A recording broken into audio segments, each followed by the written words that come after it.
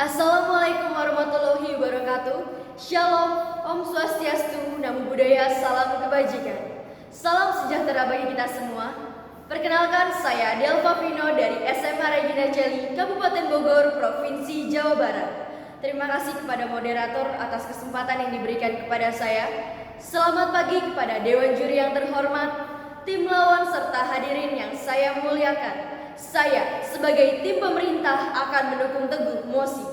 Di negara-negara dengan tingkat korupsi tinggi, seleksi penerimaan mahasiswa baru hanya didasarkan pada indeks integritas sekolah dan indeks kejujuran siswa.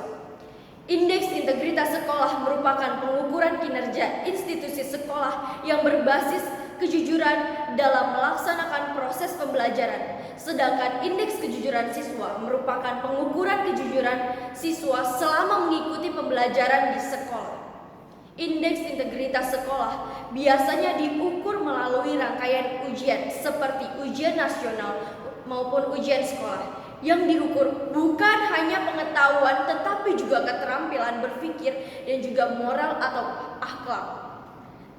Selama melalui ujian atau indeks integritas sekolah juga dalam konteks akreditasi yang dinilai melalui 8 standar pendidikan, yaitu proses, isi, kelulusan, pendidik, dan tenaga pendidikan, pengelolaan, pembiayaan, dan juga penilaian yang mengukur kelayakan sekolah. Yang paling dekat dengan pengelolaan indeks kejujuran siswa adalah standar kelulusan dalam penilaian. Apabila standar kelulusan memperoleh nilai yang baik, maka integritas kejujuran siswa pasti tinggi. Karena yang diukur dalam standar kelulusan adalah kompetisi pengetahuan, keterampilan, dan juga moral para siswanya. Apa yang dikatakan dalam kamus KBBI menurut integritas? Integritas merupakan cara berpikir, berperilaku, dan bertindak dengan baik dan benar, serta memegang teguh kode etik dan juga prinsip-prinsip moral.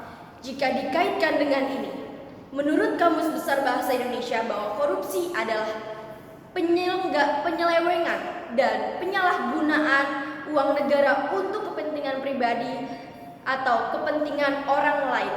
Dengan demikian, jelas sekali dari definisi ini bahwa korupsi adalah kegagalan dalam mengimplementasikan nilai-nilai moral. Sehingga korupsi merupakan perbuatan yang bertentangan dengan norma-norma yang terjadi di masyarakat.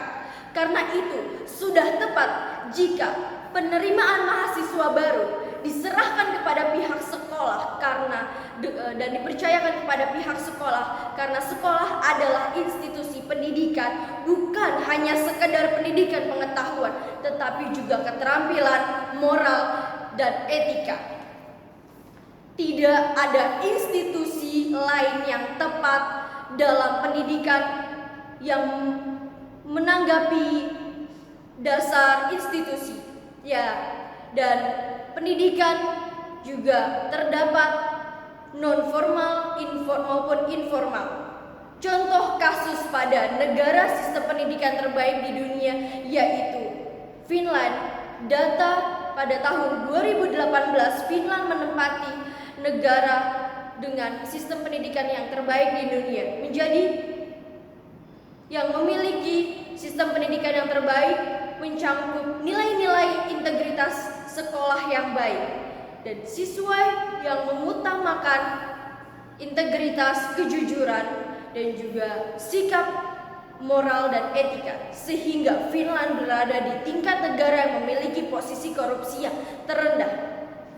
Dengan penanaman nilai kejujuran dan pendidikan karakter pada intinya yang bertujuan untuk membentuk generasi yang tangguh, yang berlandaskan kejujuran, berakhlak mulia, bermoral, berorientasi pada ilmu pengetahuan yang semuanya dijiwai oleh iman dan takwa kepada Tuhan Yang Maha Esa berdasarkan Pancasila.